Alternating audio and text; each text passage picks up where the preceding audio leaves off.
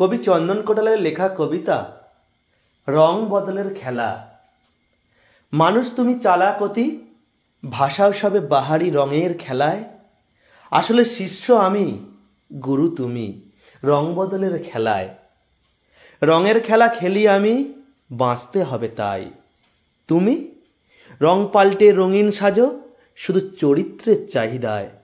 রং পাল্টাই এত করে, তবু পশুই থাকি, মানুষ হই না মোটে।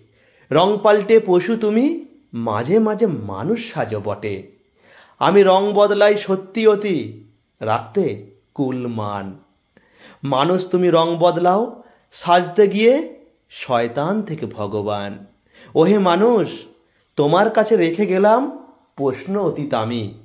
রং বদলের খেলায় গিরগিটি কে, তুমি নাকি আমি?